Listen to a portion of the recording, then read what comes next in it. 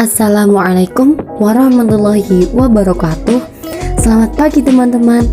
Bagaimana nih kabar kalian hari ini? Semoga kalian dalam keadaan sehat walafiat ya. Sebelumnya, perkenalkan, nama saya Habibah Limurdotilah, Prodi Sarjana Terapan Teknologi Laboratorium Medik Poltekkes Kemenkes Semarang dengan NIM P13374343321012. Di sini saya akan menjelaskan mengenai diksi yang diampu oleh Bapak Arif Setia Effendi. Nah, pasti dari teman-teman sudah banyak nih yang mengetahui mengenai diksi. Untuk mengingatnya kembali, yuk kita bahas bersama-sama. Yang pertama, pengertian diksi. Apa sih diksi itu? Menurut KBBI, diksi adalah pilihan kata yang tepat dan selaras dalam penggunaannya untuk mengungkapkan gagasan sehingga akan diperoleh efek tertentu seperti apa yang diharapkan. Nah, sehingga tidak akan terjadi kesalahpahaman bagi pembaca maupun pendengarnya. Yang kedua yaitu tujuan dari diksi. Adapun tujuan dari diksi yaitu yang pertama, melambangkan suatu ekspresi yang ada di dalam suatu gagasan secara verbal, yaitu baik secara tertulis maupun secara terucap. Kemudian, untuk membentuk ekspresi ataupun gagasan yang tepat sehingga dapat menyenangkan pendengar ataupun pembacanya. Dengan komunikasi yang lebih efektif, orang yang membaca ataupun mendengar karya sastra akan lebih paham dan lebih jelas mengenai apa yang ingin disampaikan oleh pengarang. Bagian yang ketiga yaitu fungsi dari diksi. Nah, fungsi dari diksi ini sangat banyak nih teman-teman. Yuk kita bahas satu persatu ya. Fungsi yang pertama yaitu membuat komunikasi menjadi lebih efektif. Dengan komunikasi yang lebih efektif, akan tercapai target komunikasi yang lebih efektif pula dan dapat menciptakan komunikasi yang baik dan benar. Dengan menggunakan diksi yang tepat, juga akan menciptakan suasana yang tepat. Apabila komunikasi yang digunakan sudah benar, kemudian suasananya juga sudah tepat, sehingga tidak akan terjadi lagi salah penafsiran maupun salah paham antara pembaca, pendengar, dan yang menyampaikan. Fungsi diksi yang berikutnya yaitu untuk membentuk gaya ekspresi gagasan yang tepat, yaitu baik secara resmi maupun tidak resmi, sehingga dapat menyenangkan pendengar ataupun pembacanya. Selanjutnya yaitu melambangkan gagasan yang diekspresikan secara verbal dan membuat pembaca ataupun pendengar suatu karya sastra menjadi lebih paham mengenai apa yang ingin disampaikan oleh pengarang. Sehingga fungsi dan tujuan dari diksi ini hampir mirip ya teman-teman. Bagian yang keempat yaitu ciri-ciri diksi. Adapun ciri-ciri yang pertama yaitu tepat dalam pemilihan kata untuk dapat mengungkapkan suatu gagasan atau hal-hal yang diamanatkan. Kemudian ciri yang kedua yaitu dapat digunakan untuk membedakan secara tepat nuansa makna, bentuk yang sesuai dengan gagasan, situasi, serta nilai rasa dari pembaca. Ciri yang ketiga yaitu menggunakan pembendaharaan kata yang dipunyai oleh masyarakat pada biasanya, kemudian dapat menggerakkannya, serta dapat memberdayakan kekayaan tersebut menjadi jaringan kata yang jelas dan sesuai. Bagian berikutnya yaitu dua syarat utama diksi, ketepatan dan kesesuaian. Ketepatan merupakan kemampuan sebuah kata untuk menimbulkan gagasan yang sama pada imajinasi pendengar seperti yang dipikirkan atau dirasakan oleh pembicara. Maka, setiap pembicara harus berusaha secermat mungkin memilih kata-katanya untuk menyampaikan maksud dari pembicaraannya. Nah, ketepatan diksi akan tampak pada reaksi selanjutnya, baik berupa aksi verbal maupun berupa aksi nonverbal dari pembicara ataupun pendengar. Ketepatan diksi ini tidak akan menimbulkan salah paham. Jadi, ketika berbicara, seseorang harus cermat dalam memilih kata untuk mencapai maksud dari apa yang dibicarakan. Yang kedua yaitu kesesuaian. Adapun perbedaan antara ketepatan dan kesesuaian yaitu mencakup soal kata mana yang akan digunakan dalam kesempatan tertentu. Dalam persoalan ketepatan, kita bertanya apakah pilihan kata yang kita pakai sudah setepat-tepatnya sehingga tidak akan menimbulkan interpretasi yang berlainan antara pembicara dengan pendengar.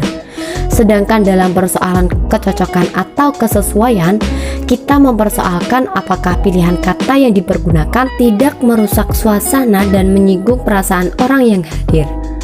Sebab itu, ada beberapa hal yang perlu diketahui setiap penulis atau pembicara agar kata-kata yang dipergunakan tidak akan mengganggu suasana dan tidak akan menimbulkan ketegangan antara pembicara dengan pendengarnya.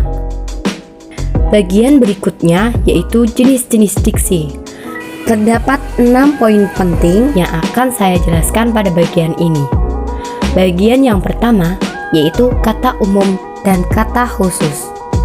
Kata umum bersifat tidak spesifik dan memiliki makna yang luas, sedangkan kata khusus bersifat spesifik dan mengandung makna yang sesuai.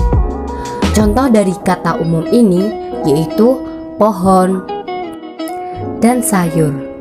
Sedangkan contoh kata khusus yaitu pohon jati, pohon beringin, pohon pinus, sayur bayam, wortel, tomat, pare, dan masih banyak lagi.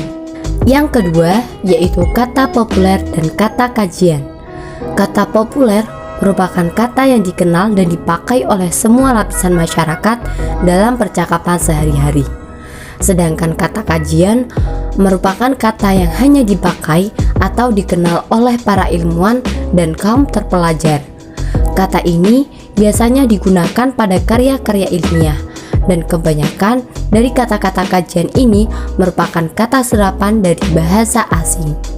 Adapun contoh dari kata populer yaitu rancangan, contoh, dan isi.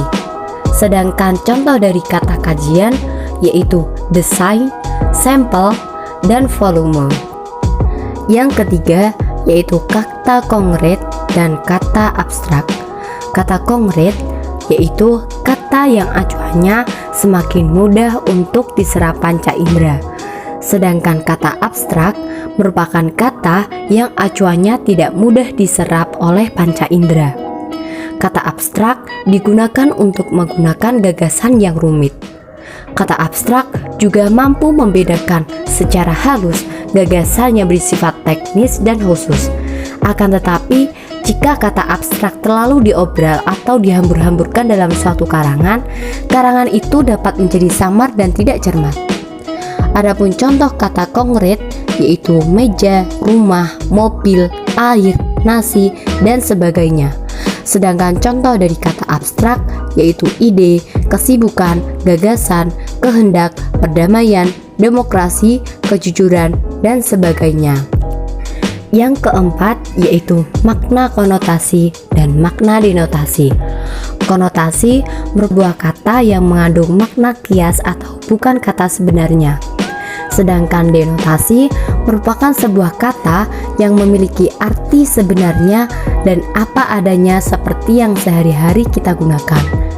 Adapun ciri-ciri dari kata yang bermakna denotasi yaitu memiliki makna kata yang sesuai apa adanya, kemudian sesuai hasil observasi, dan menunjukkan langsung pada acuan atau makna dasarnya. Sedangkan ciri-ciri dari kata yang bermakna konotasi yaitu maknanya tidak sebenarnya, kemudian makna tambahan yang dikenakan pada sebuah makna konseptual, serta makna tambahan berupa nilai rasa. Adapun contoh dari makna konotasi yaitu kambing hitam Pak Arif sudah terjual di pasar hewan.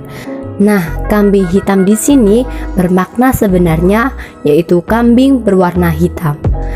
Sedangkan contoh dari kata yang bermakna denotasi yaitu pejabat tersebut mencari kambing hitam untuk mempertahankan jabatannya.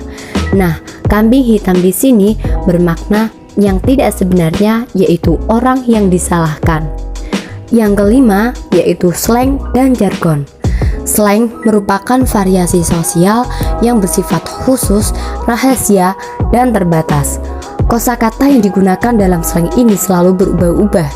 Kemudian penggunaan kata-katanya yang informal dan ekspresi yang tidak dianggap standar dalam bahasa namun dianggap dapat diterima dalam pengaturan sosial tertentu. Sedangkan jargon adalah kosakata khusus yang digunakan di bidang kehidupan atau lingkungan tertentu tetapi tidak difahami oleh kalangan di luar kalangan tersebut. Adapun contoh dari slang yaitu PHP yang artinya pemberi harapan palsu, kemudian kece atau gak jelas, kemudian kepo atau mau tahu. Sedangkan contoh dari jargon yaitu jargon analis kesehatan PKKMB Polkesma 2021. Bagian yang keenam yaitu kata persamaan. Dalam kata persamaan ini terdapat 5 bagian yang akan saya jelaskan. Yang pertama yaitu sinonim atau persamaan makna. Contohnya yaitu besar, akbar, dan mega. Yang kedua yaitu antonim atau lawan kata. Contohnya yaitu besar yang berlawanan dengan kecil. Yang ketiga yaitu homonim atau memiliki ejaan yang sama namun artinya berbeda. Contohnya yaitu hak asasi manusia dan hak sepatu. Yang keempat yaitu homofon atau ucapannya sama namun maknanya berbeda. Contohnya yaitu Bank Indonesia dan Bank Thoyib. Yang kelima yaitu homograf atau memiliki kata yang sama tetapi lafaz dan maknanya berbeda. Contohnya yaitu buah apel dan apel pagi. Sekian atas presentasi yang saya paparkan. Terima kasih. Wassalamualaikum warahmatullahi wabarakatuh.